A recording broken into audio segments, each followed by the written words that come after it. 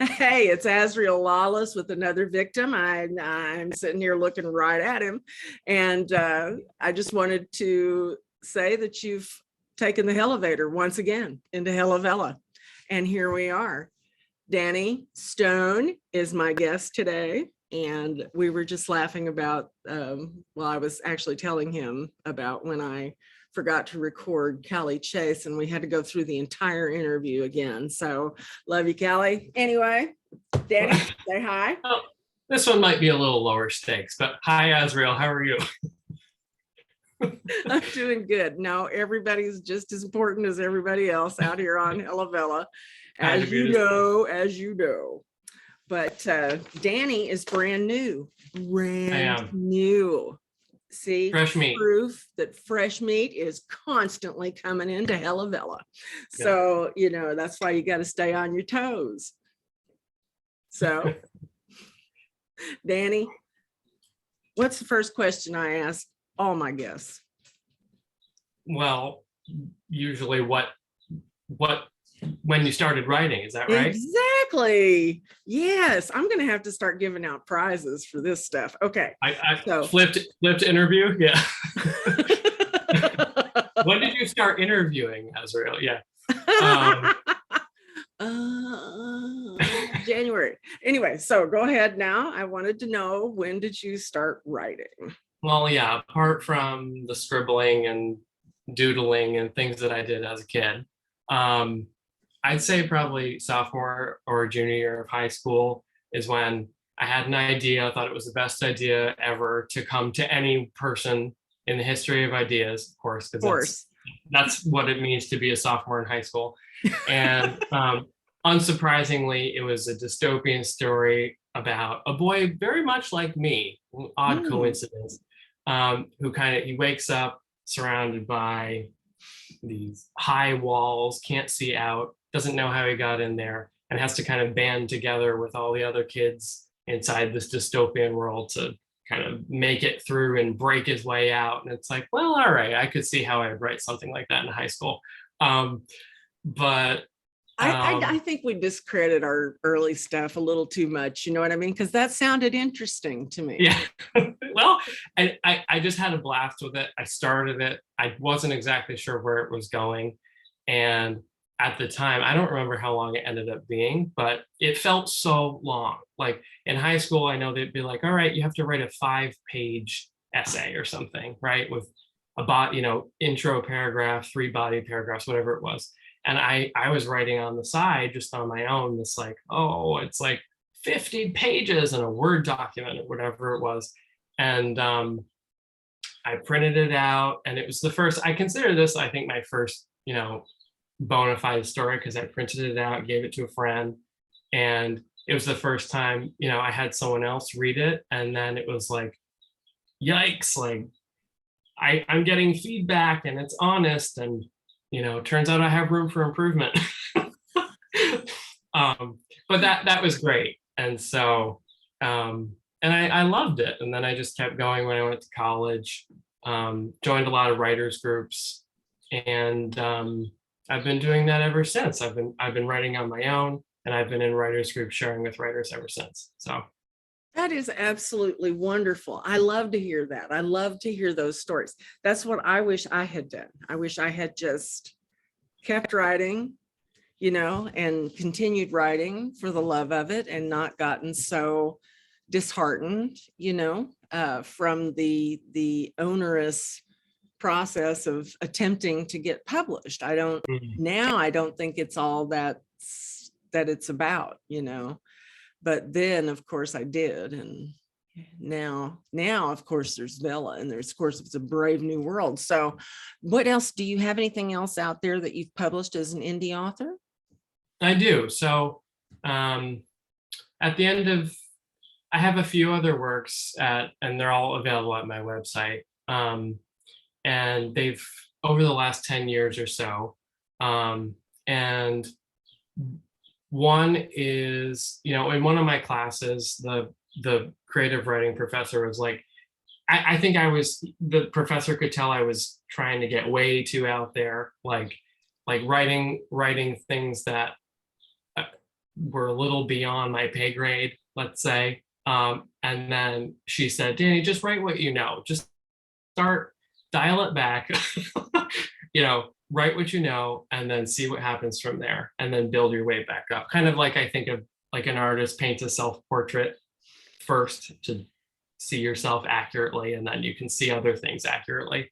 So I tried to do that, and it was a lot of fun. And so that was kind of like a Winesburg, Ohio, like set in a small town similar to where I'm from. A bunch of interweaving character plot lines, like a bunch of little short stories that kind of end up being a sort of novel.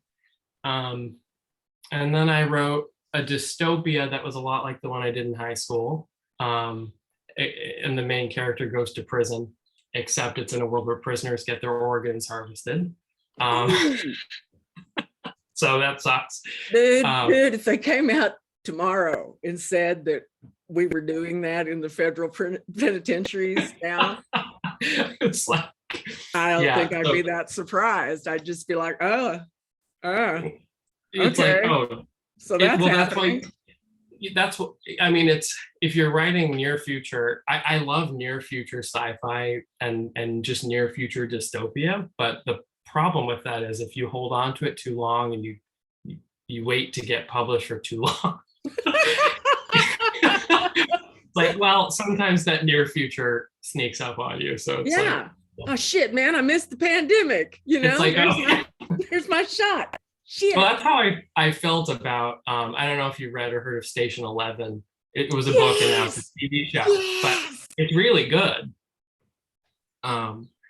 But I had read it, and then the show, somebody was like, oh, you have to see the show. And I'm like, the book is great, but might be a little too soon for the show.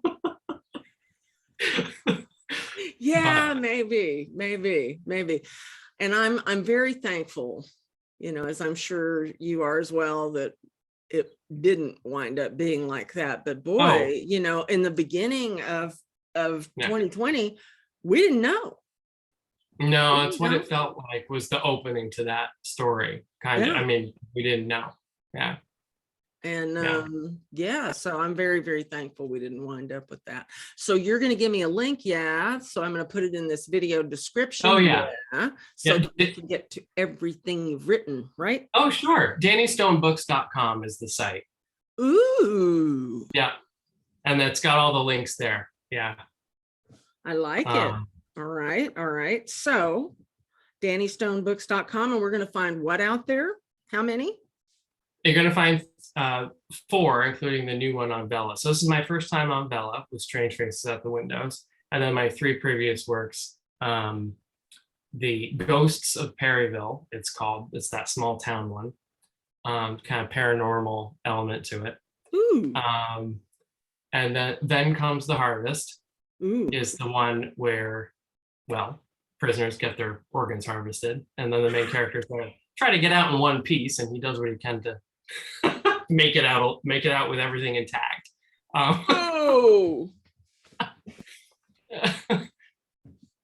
Okay. That just sounds fantastic. What? Well, it's a good Halloween read. It's kind of spooky, keeps it, It's creepy AF. All right. Well, and for that one, I grew up just having so many stories about prison from my dad. He worked in a prison. So I think they just piled up over the years, and I was like, all right, I'm going to write about prison. So I'm going to have to read that sucker now, because it's going to be informed from someone on the inside. Well, kind of. Yeah, it's like by a degree of separation. Third party. Yeah. But that one, that's an interesting one, because that one, I found a little rinky-dink publisher out of Jacksonville, Florida, and they published it, and then they immediately went out of business a year later. I like to think because of my sales were through the roof. They only had a few, couple dozen books or something. And it was an honor to be taken on. I had been sending out so many letters and it's exhausting, and any yes at that point, I was like, please just like someone care. And they did, and it was uplifting. And then when they went out of business, the manuscript kind of just came back to me. So I ended up, I don't know, I did a bunch of things. Like it's on Amazon, and then I kind of played around on Wattpad for a while, and I got some good feedback. I updated it, and then I got invited to write on Radish, and I put it on there. So I've kind of been dabbling in a lot of these platforms, and it's gotten a nice response on there too. But I think every platform has their own strength. Right. Right. Their upsides and downsides. So right. And so where did you hear about Kindle Vella, and when did you hear about it? Can you remember? Yeah, because it was pretty recent. I only heard about it. So I started playing around on Wattpad probably around Christmas this last year. And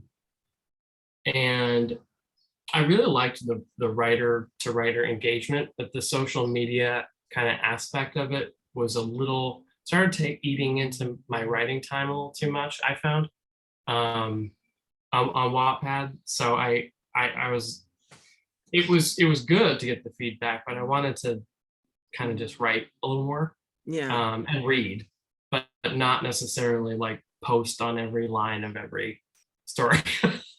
you know so I kind of stepped back from that, and then I got writing on Radish, but it seems pretty heavy romance on Radish, and I write sci-fi and dystopia, and so I like certain things about Radish, but I think the genre, there's a bigger sci-fi base, I think, on Vella. And from some of the writers I've been talking to and some of the things I've been reading on Kindle Vella, seems like it's quite a bit broader in its Lord, I scope, hope which so. is great. Yeah. Because none of mine are romance either. Yeah. I mean, I've kind of faked out and put a romance tag on a couple of them, because there's a secondary element in there, but it's not the be all end all. Nobody's throbbing or vibrating, every other chapter. It's like there's nothing turgid in my books.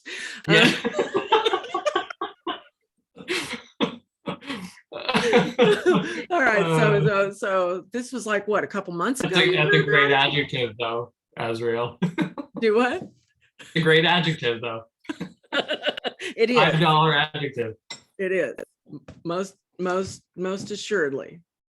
But I heard about Vella, and I did a lot of like reading of like, all right, where should I release Strange Traces at the windows, because that's what I wanted to do. And I was kind of looking at Radish versus Vella, and it came down to just like Amazon seemed a little more straightforward with its structure too. Like, okay, you've got 3 episodes free, and then you just use your tokens. The tokens are based on word count, and you just unlock them, and we'll split the royalties. Like, it seemed kind of.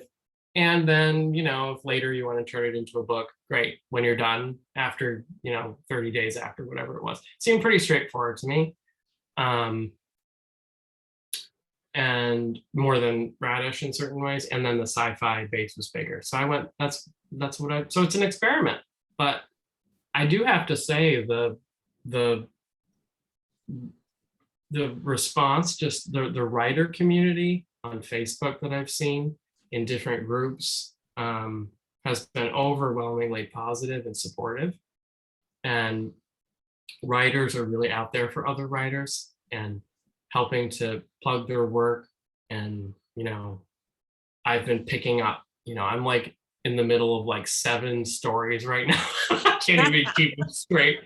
But they're all good. Like, there's a lot of good stuff.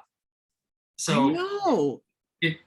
And I don't know why that surprises me. At first I thought, everybody's just gonna go on and like put out their, they're just gonna like put out what they first did, not even edit or not even, but it's not, it's like really good stuff. I Um, know. Again, so that was shocking to me too. So I don't yeah, know if that's an arrogant attitude or just an attitude where, you've been around the general public enough to know that uh, the easier you make something, the longer you're going to have to fish through it to find anything of worth. You know what I that's what mean? yeah, exactly. That's a good way to put it.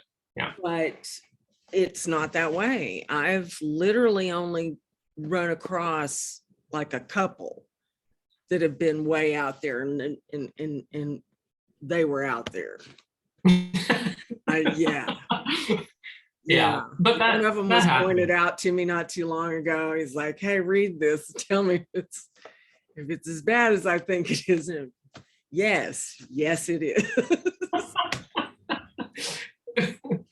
But God love them. These people are trying. It's their voice. It's yeah, and in this particular instance, I think it was like somebody having like a trip.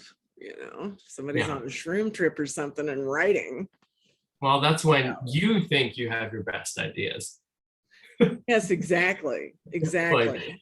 later on when you go back and read it, you might say, well, good thing there's an edit feature.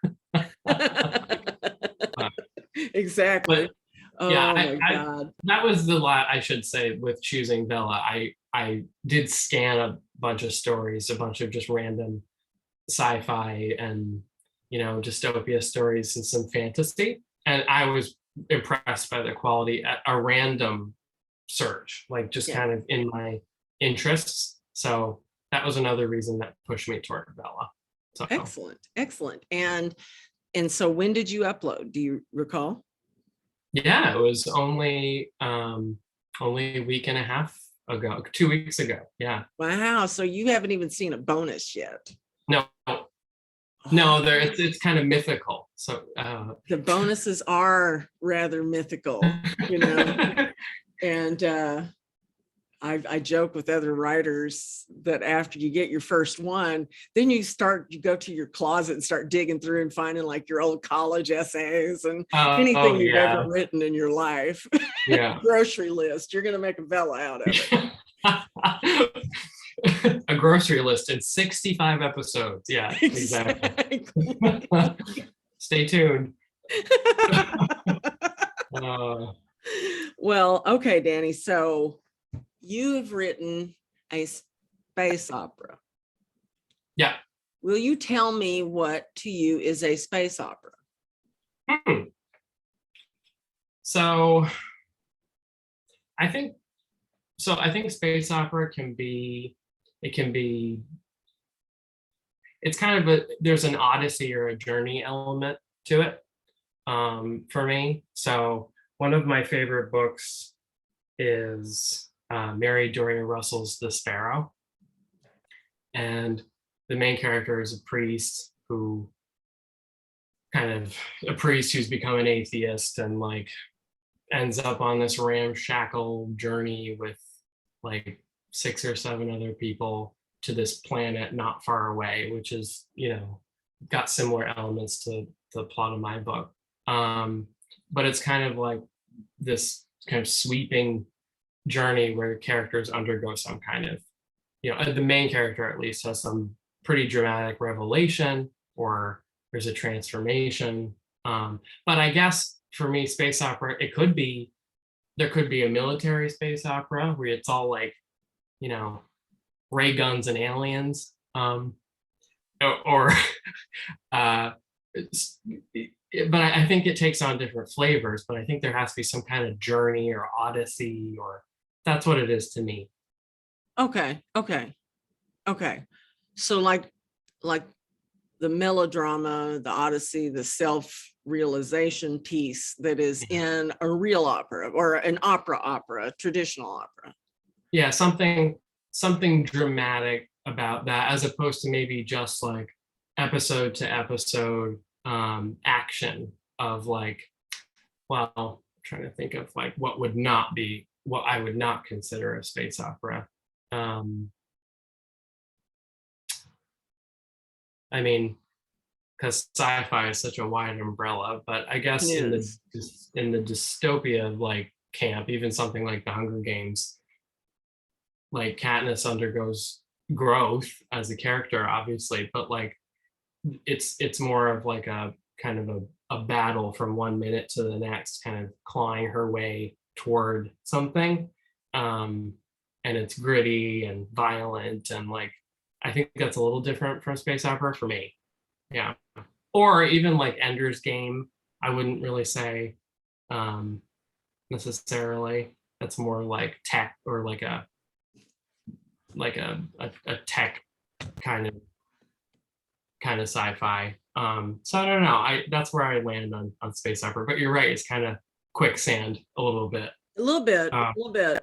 I would just like to, because I hadn't heard of one. I have to admit my ignorance. I hadn't heard of one until I started interviewing writers of space operas. So yeah, just wondering what that meant.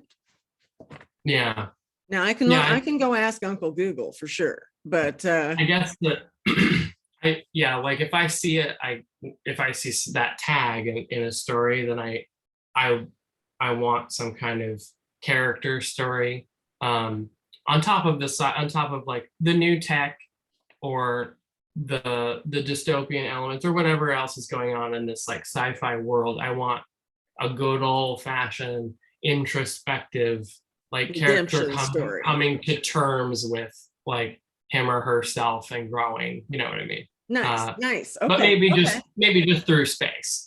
Well, that as long as we're doing it in zero gravity, I'm as, all long, good with that. as long as it's zero gravity, yeah. So that's Okay, I got it.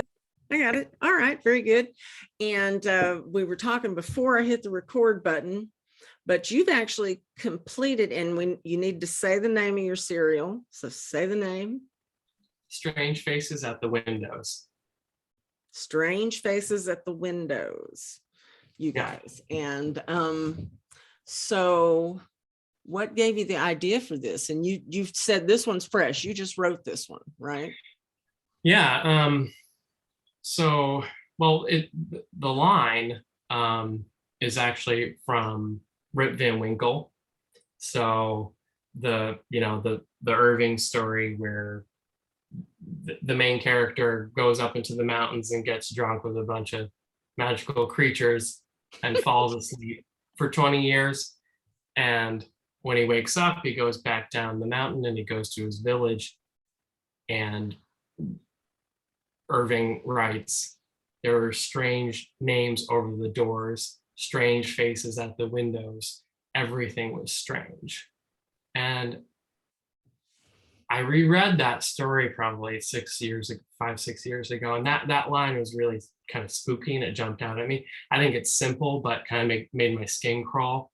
And I think the falling asleep, kind of like a coma. I mean, just falling asleep for 20 years, and things happen so fast that if you aren't paying attention, everything will just be foreign to you. And even in a 20-year period, the whole world can change. So that was the inspiration. And so, except set it in zero gravity, like we said, turn it into a space opera. So that's kind of that's where this story comes from. And yeah, the main character he's a young man, keeps trying to outrun his problems, starts out on Earth, and well, every time he runs away, he keeps finding bigger problems. That's the issue. But it starts out with after he loses his husband, after pretty tragic sudden illness, he wants to just get away from everything, try to forget about it. So he leaves Earth, goes to the moon, takes this big job at a mining company, but then that leads to smuggling problems with his boss, and they get into trouble. So to avoid jail, they're like, all right, we got to keep running. So they hop on a ship, and the ship is going to a planet in the solar system next door. And what they find there is kind of the crux of the story. And it's not anything that they expect, and what it is changes the course of humanity forever. So that's kind Oh, of wow. Yeah. um, and so yeah, it's his journey of he keeps trying to outrun himself, and then wherever he ends up finds out that's not so easy to do. But while things are kind of actually changing, and kind of like in Rip Van Winkle, things are like everything he sees is not recognizable to him. Wow. And so you have actually finished this work, right? It's all done. Yeah. So being released, and yeah, 24 episodes. So we're about halfway through. Oh, wow. Yeah. Because I looked before we started talking, there was 12 down, and Yeah. they're coming out daily, people. So it's not like you're going to have to wait a long time to get the end of this. This sounds really super interesting. I like to hear where there's something that changes humanity. Yeah. If humanity even is a thing anymore, humanity. Yeah. Well, It's rather dwindling. Humanity, as it were. yeah. Yeah. You sound like a real glass half full kind of gal, Israel. Some days I am. I think it's the closer I am to my Russian lessons, which happen on Fridays. And we talked about, God forbid, we talked about the war in Ukraine. And by the time I got off the phone, by the time I got off the Zoom call, I was ready to put my head in a wood chipper. But if you can talk about something like that in Russian, then your skills are pretty great, your language skills. Oh, no, she tells me in English. She's a professor, I take actual, like, I'm on with a professor, and so we've become friends over time. Oh, nice. Okay. And so she, I get the dirt from her because she gets it in Russian. And right. Horse's mouth. Yeah. And the Russians aren't real happy right now that they don't have, basically they're running around with no iPhones. I mean, they can't get anything. They're running around with iPhones, but they can't get anything. There's no Facebook. There's no. Anyway, that's not what this is about. We're not going to talk about that anymore. It's just, yeah. So some days, yes, the closer you catch me to Friday morning, the closer I am to, talking about bread lines and how the world is going straight to hell. And Friday's yesterday. Friday's in the rear view mirror. We're looking now. You're so right. You are so right, Danny Stone. You are so right. So we've got strange faces at the windows, and it sounds like just a wonderful, wonderful work. And I personally am going to follow it and take a looky-loo, because I liked what you said, how what they find is going to change humanity forever. So I like that a lot. And, because you've got a very positive outlook, and I want to see what you've come up with that will help us all out in a better world. TBD. Yeah, exactly. Let's hope it's helping everybody out. Yeah. Well, it's there for the reader to make sense of and decide for themselves. Yeah. We'll put it that way. Well, that's all the best books let you decide for yourself. Yeah. So while you were out there and trying to figure out whether you wanted to upload to Vella, while you were doing your research, you read a few Vellas, and I'm always looking for shout outs. So if you want to tell me about up to 3 Vellas, you can tell me up to 3 Vellas. We call them shout outs, and I will link them after I've linked your works in your video description.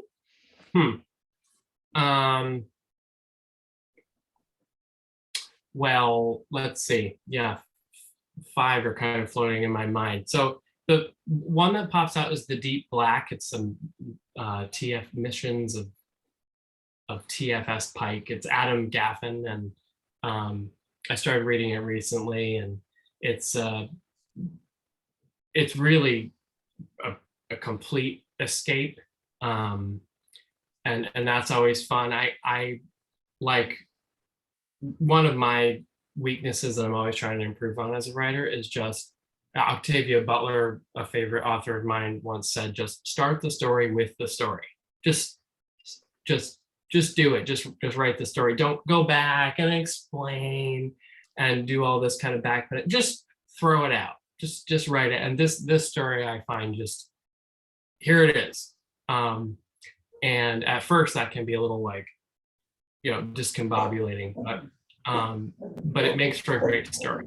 So, and I also like that this story, it's nice, I think, to have incidental LGBT stories. What I mean by that is just there's a character in the story who is queer, and it's not really the point of the story, but it's just kind of in there, and it's part of the universe.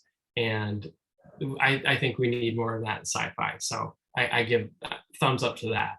Right. Well, it sounded like you got a little bit of that going on in your own. Yep. Yeah. Main character is gay. It's just life, dude. Just life.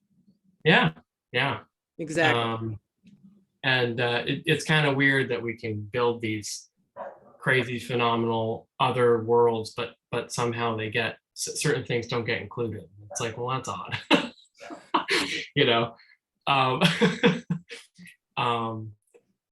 They have to be at least as complicated as our real world. You know what I mean? Exactly. So, that's where two-dimensional writing comes from. Is when you don't flesh it out with the flavors. Exactly.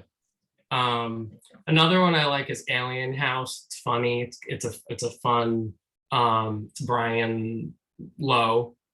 There's an alien sent to Earth, and his ship gets sabotaged, and all his clothes and weapons. He has all these plans coming to Earth, but that all goes awry, and then he ends up going to college in his like human body, and he ends up in this stupid frat house. I mean, it's so silly, but it's very easy to read and keep reading. And I think it's a good, for me, it's a good lesson in serial fiction. Like, it's like nice and bite-sized. My episodes are a bit long. I would let's put a positive spin on that. They're beefy,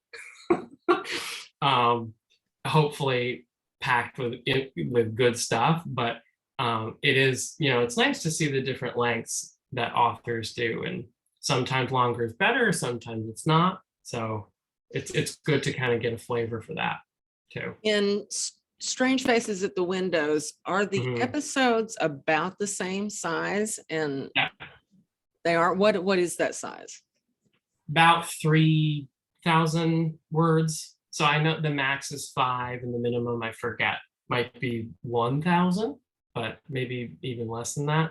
So I kind of shot for the middle, but it does seem that 3,000-ish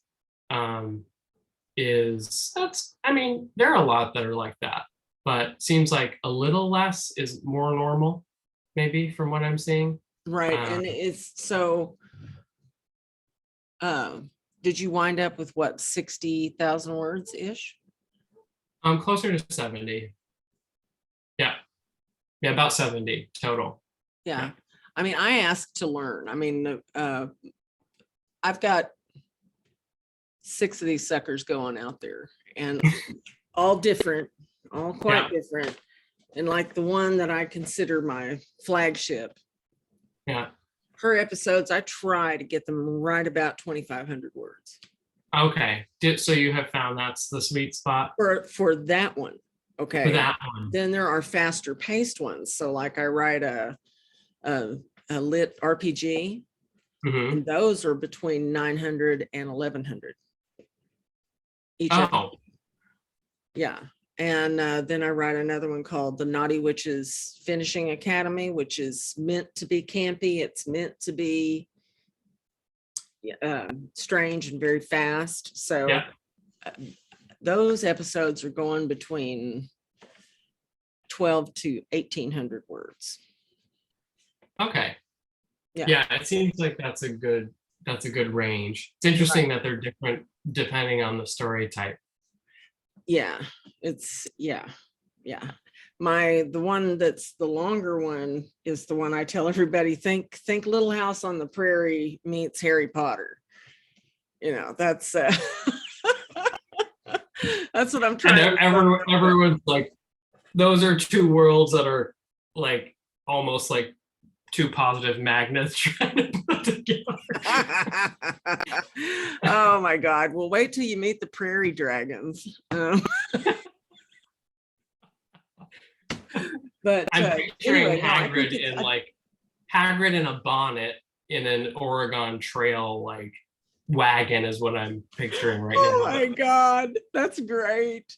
He could be like the Chuck wagon. That's awesome. Wow. Yeah, I like your literal way of thinking. That's awesome. Okay, so Alien House, right? By Yeah. Brian Lowe. Yep. Okay, and then I have The Deep Black, which I think I heard you say was one of Adam Gaffen's. It's Adam Gaffen, yeah. Okay. And I'm also I just started the Isolation Mirror. It's a TA Uner. And it feels to me a bit like a it feels fast, a little bit like your lit RPG, like shorter episodes, kind of Matrix and Hunger Gamesy, where it's just like you start off, the characters running away from something already, like running for their lives. And it's just like it's very sudden, very fast, and there's ruthless AI that's like ruling the world, and you're just immediately plopped right in, and you've got to go to the next episode, and that one just started, so I'm definitely going to continue that one. But yeah, I'm in the middle of a few others too, and they're all there's a lot of stuff out there, which is cool. I mean, there's no shortage. No, So there is no shortage. And so you've been in Vella for about a week. You've been uploaded for about a week and scheduled. What about your presence in the social media community? I haven't seen a lot of you out there. I noticed I put out a casting call. You hit me up and we set up an appointment here. And I joined Hella Vella. I've been watching what's going on in there, watching your interviews. The author support groups, there are a few I've been in, and they're really helpful. Some for like, some people will share their stories and then say, go ahead, I've got tokens, hit me up, and invite you to post your own. And there's that kind of cross-pollination. Others are just really helpful for questions. So I've been just posting, asking questions, reading other people's stuff, posting mine, just a bunch of, and it's fun to get I've just been diving in. It's all still pretty new.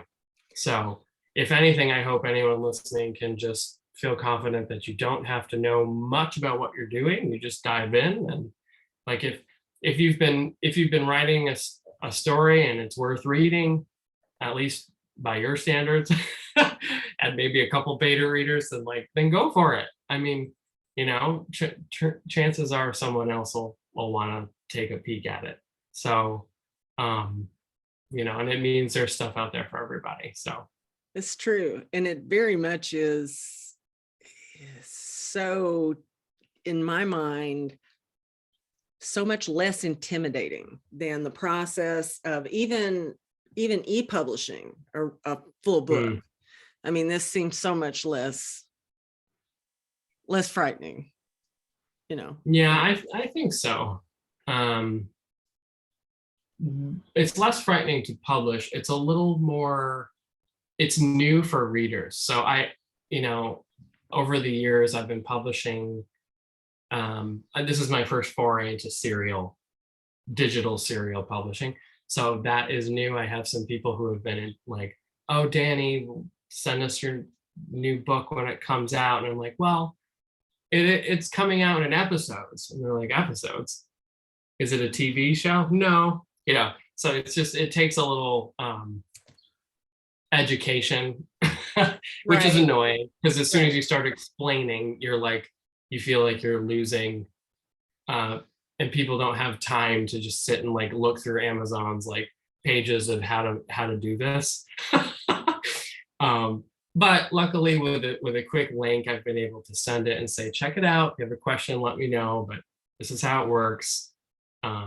just think of a token like a penny, and you're throwing pennies at my chapters. So it's like, all right, here's 30 pennies for chapter 4 and 30 pennies for chapter 5. So I just have like my readers who are maybe wary of this like arcade, because it feels like you're in an arcade with tokens. I mean, it's like, what is this? You know what I mean? I know. But for people who are new to it. Yes. But I don't know, that's been kind of fun. They're like, oh, so I don't have to pay for all of it. I can just kind of keep throwing pennies at you until I get to the end. They're like, yep, that's great. Amazon takes half the pennies, I take half the pennies. Great. and I'm the one who gets bruised. So thank you. Yeah. Meanwhile, I just keep collecting penny welts. Wonderful. Keep throwing those tokens. It's my name, Penny Welt. Actually, that would be a tragic but very great name for a Dickensian like orphan child. Yeah. I gets the welts from people throwing the coins at me. It's like this is like a mix of like Gollum meets like the little match girl. Oh God. Oh my God. All right. We've jumped the shark here. We've derailed. Young man, we've jumped the shark. So now, we'll see, and you're too new and you're too besotted by the platform. But I'll still ask the question. If you had the power, what would you do to improve Kindle Vella? Improve it, I say. How could a perfect thing be improved upon? I would like, as an author, to be a little less clueless as to the almighty Amazon's algorithmic choices for how stories end up where they do, in recently added or featured, and just trying to understand what's happening in there a little bit, and that could just be for authors on the author side, just to help me understand that, because I feel a little cloudy on that. And then for readers, maybe just having Amazon. I know they just started an kind of a newsletter, and I subscribed for Vella, which made the news. I mean, I just learned it in one of our social media groups, a Vella group yesterday. Someone was like, did you know that there's a Vella? Like, you have to scroll way down on an Amazon page to find it. But they holy shit, I must find it. I must have it. I must have it for my own. It's a weekly newsletter that anyone, like KDP people tied into that can like subscribe to like learn about what's going on in Vella, which is, I would have said would have been a good improvement, but I just found out about that yesterday. So looks like that does exist. It's weekly, so I haven't gotten the letter yet, but we'll see when I get my first one, probably this coming week. Maybe there'll be some good stuff in there. So I think Amazon pushing Vella out to its wider KDP community would be nice. I also heard from another author. Well, you see, I'm connected. Between you and me, yeah. I also heard that Zahn is looking into making advertising opportunities available to us from within Amazon. Interesting. Yes, it is.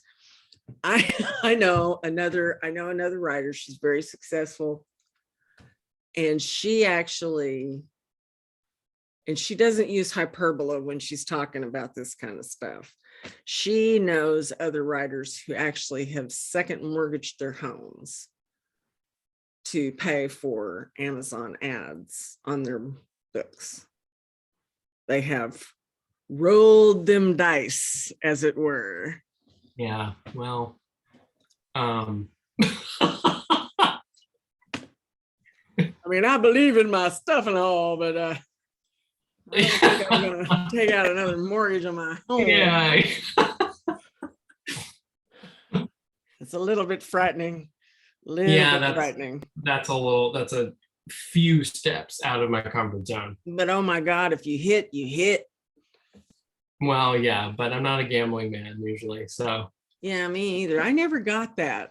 I never understood. The thrill. No, I never understood it. And I definitely understood how you could sit there and lose a ton more. I think I've sat at the slot machines long enough to go, oh my God, I just won $300. Let's see if I can make it 5. Yeah. No, let's see if you can lose that 300 plus another 2 that you kicked in. Right. So that's how it goes. Yeah, that's how it goes. Exactly. So as an indie author, do you already have your newsletter and everything? So I have my writing is attached to a scholarship. So back in 2015, I started a scholarship at the high school where I graduated. And every year, a senior graduating, going to college to go into something in humanities, the guidance office kind of finds somebody of need, and I give us a pretty modest, write a modest check every year based on royalties for my books, and they use it to buy their first semester's worth of books. So it's like, writing books, someone gets to buy their books once.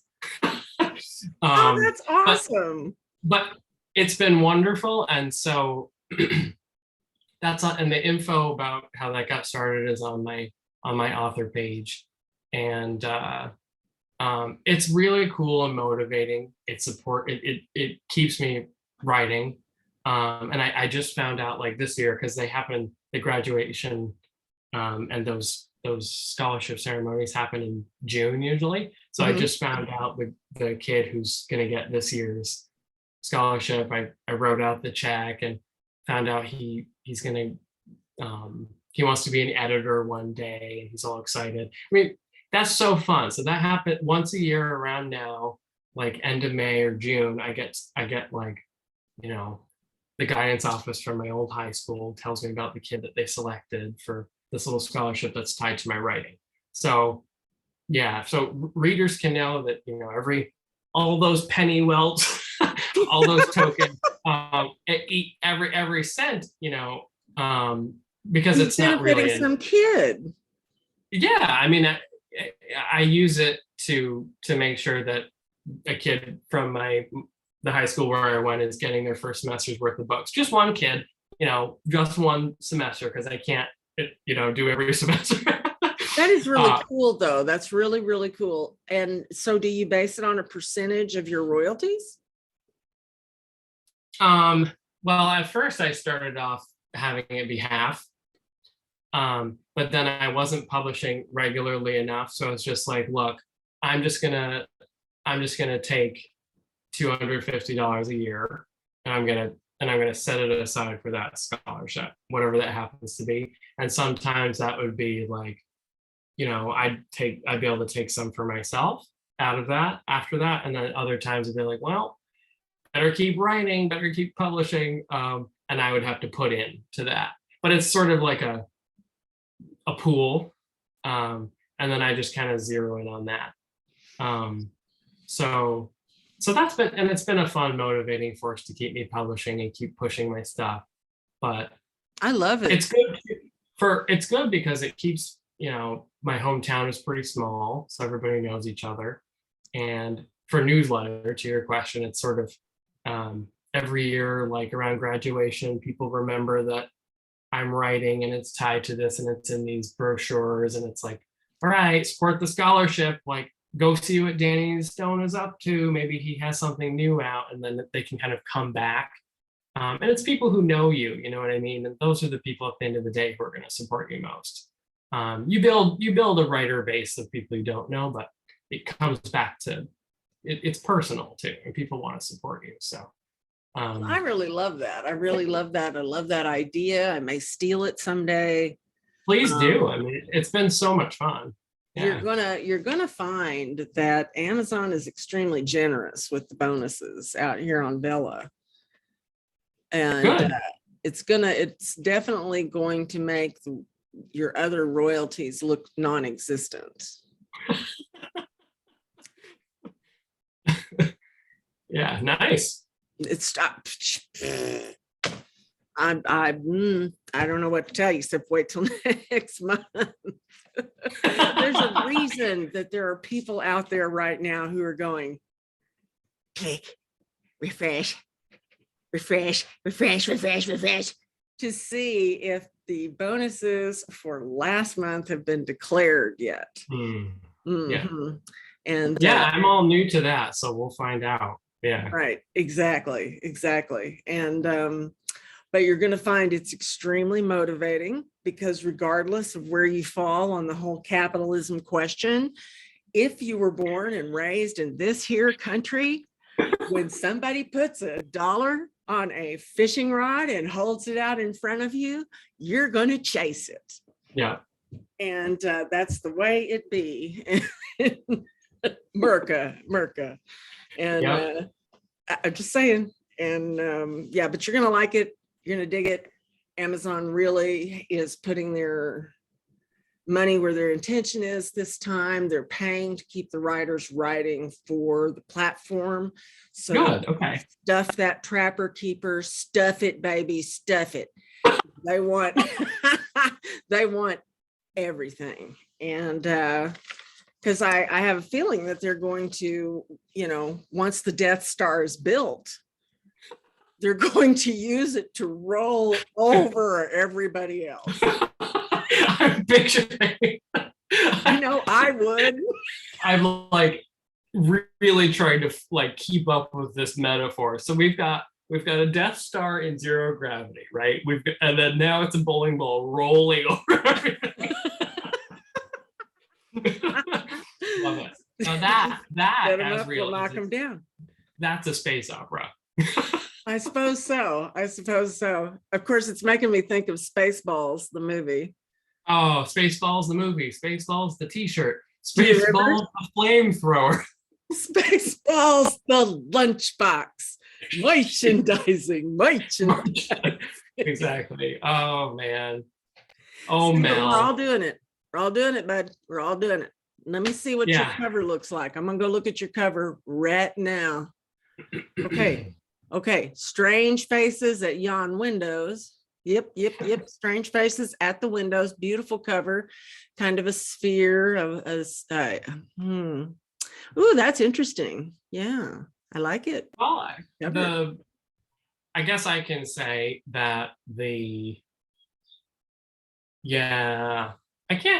I don't want to talk too much about what it's supposed to be, because it's kind of like with the setup to the story, it's sort of a part two, latter half of the story. That cover will be revealed. Yeah, I don't want anybody to. Yeah, I don't want to give anything away. It looks so interesting. But what I was thinking about, was a lot of people, especially if they own their art, are going out to places like Redbubble and Zazzle, and they're putting their book covers on merchandise. Mm-hmm. So it's pretty cool. Yeah. It's something to look into. I mean, people love swag. Yeah. There's like you said, Spaceballs in the lunchbox. Well, I'm wanting to get on that train myself. So I'm just saying, it's out there. All right. Now we have talked about your space opera, which we can't talk about anymore without revealing stuff. And we don't want to do that. Okay. It looks like an excellent read. I did get to read most of episode 1, actually, because I'm fast. Oh, nice. And I can't wait to dive into that. I think that's It's going to be really good. And I'm looking forward to it because especially since I know that it's finished, unlike any of mine. Um, second thing is you have given your shout outs to the following: The Deep Black by Adam Gaffen, Alien House by Brian Lowe, The Isolation Mirror by T.A. Uner. Then the next thing is, if you were king of Zon, king of all Zon, you would make the algorithm more transparent as to what was actually getting rewarded and what was actually getting ignored, and where the features were coming from and things like that. Yeah. And then I don't think there was a second one, was there? Well, with their that e-newsletter was the like, newsletter, because that was already done. Yeah, I just want readers to also have it not be so mysterious to people who are already plugged into Kindle Unlimited. So if you're in the app, which I have a ton of friends who just read in the app all the time, but they don't even know about Vella. So I just think making sure that it's pretty clear, like a bam pow, like, look at this new thing. Amazon could just kind of make that clear for readers, like hit them over the head with it a little bit, like it's Maybe it could, like a 1950s Batman special. maybe it could just administer a mild electric shock. Stop. I mean, yeah, just like some dollars on fishing rods, mild electric shocks, whatever you have to do. Yeah. Since the whole shake weight thing is already taken. We're just thinking of the South Park episode. Oh, absolutely. Absolutely.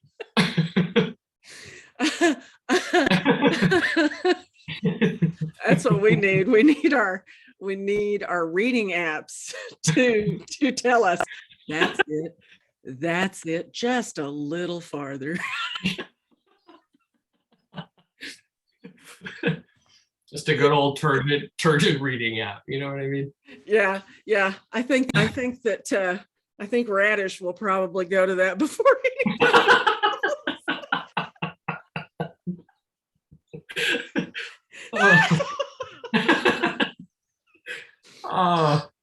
wait till I well, talk we are to having a writer blast. friends.